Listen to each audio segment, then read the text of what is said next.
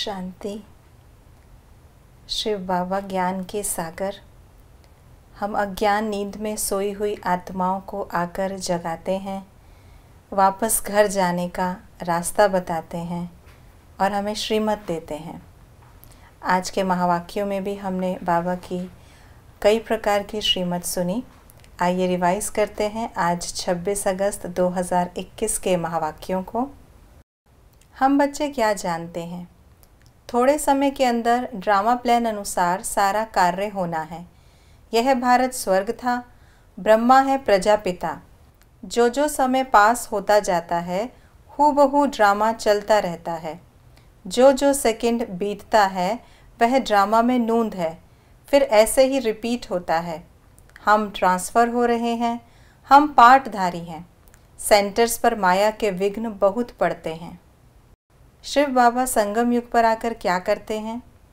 रूहानी बच्चों को श्रीमत देते, पावन बनाकर पावन दुनिया का मालिक बनाते, बच्चों को जगाते, वर्षा देते, स्वर्ग की स्थापना करते, राजयोग सिखाते, याद की यात्रा सिखाते, ग्रहचारी मिटाने का प्रयत्न कराते।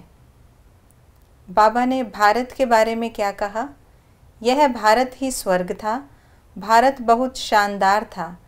इस भारत को श्रीमत पर स्वर्ग बनाना है।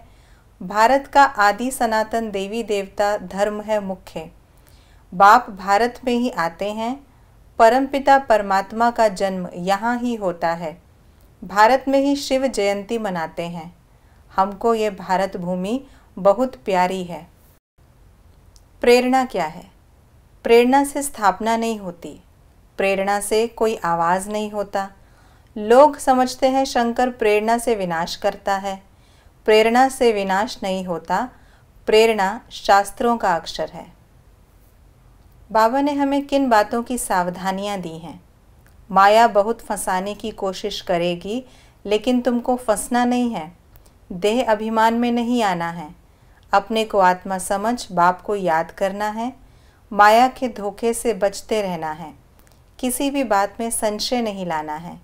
अगर दिल में संशय आया तो सर्विस अच्छी तरह कर नहीं सकेंगे, अंदर गुटखा खाते रहेंगे। हिम्मत रखनी है, टाइम बहुत थोड़ा है। नयों को जब चित्र समझाते हैं तो उनसे कौन से प्रश्न पूछने हैं? परमात्मा कौन है? गीता का भगवान कौन है? ज्ञान का सागर कौन है? पवित्रता सुख शांति का सागर कौन है? लिबरेटर गाइड कौन है? योग्य शिक्षक किसे कहा जाए?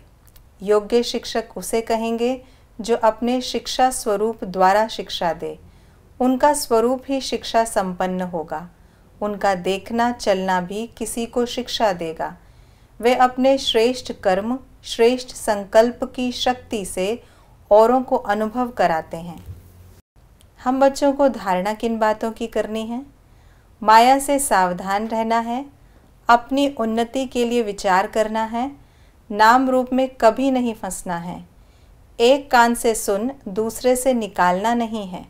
आपस में मिलकर सर्विस बढ़ाने के लिए राय करनी है। देही अभिमानी बनना है। अच्छी रीति समझकर फिर औरों को समझाना है।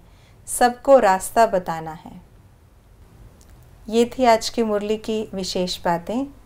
आज हम सारा ही दिन माया पर नज़र रखें, उसके धोखे से बचना है। अपना टाइम कहीं भी वेस्ट नहीं करना है।